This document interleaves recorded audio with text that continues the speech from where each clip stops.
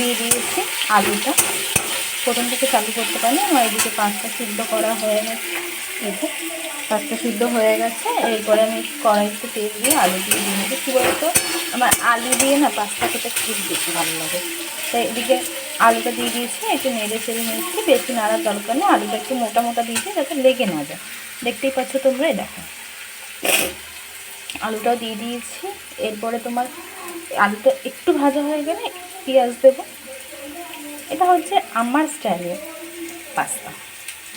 তোমরা যারা যারা পাস্তা খেতে ভালোবাসো প্লিজ কমেন্টে জানিও, আর আমার স্টাইলে একটু বানিয়ে খেয়ে দেখো, দারুণ টেস্ট হয়।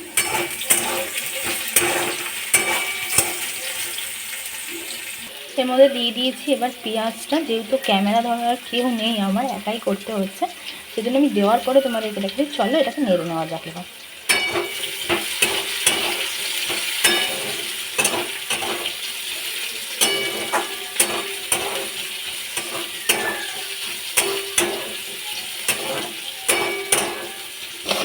নেড়ে নিচ্ছে।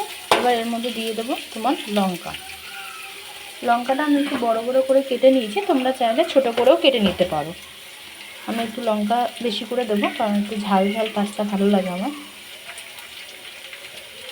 টোটাল আমি এখানে 3টে লঙ্কা দিই।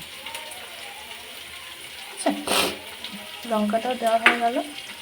আবার একটু নেড়ে নেবো। লঙ্কাটা একটু বড় বড় করেই কেটেছি, একটু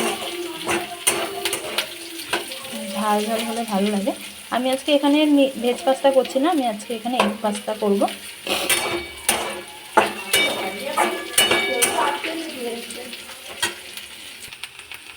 এর মধ্যে ডিমটা দেওয়া হয়ে গেছে। এবার দিচ্ছি স্বাদ মতন লবণ।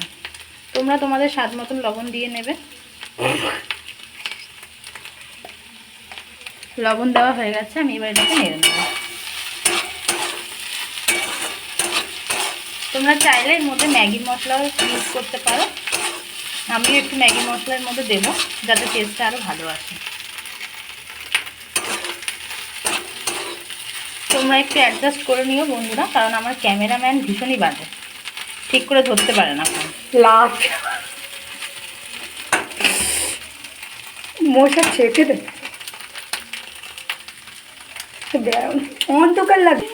এর মধ্যে পাস্তাটা দিয়ে নিয়েছি। এবার একটু ভালোভাবে নেড়ে নিতে হবে। একটু লঙ্কা গুঁড়ো দিবি।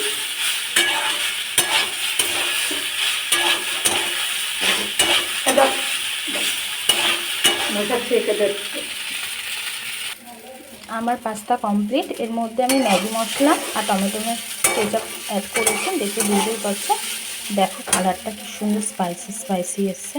তোমরা প্লিজ এভাবে একবার বানিয়ে খেয়ে দেখো, খুব কম সময়ে দারুণ টেস্টি খাবার। ভালো লাগলে প্লিজ বন্ধুরা চ্যানেলটাকে সাবস্ক্রাইব করো আর আমার পাশে থেকো।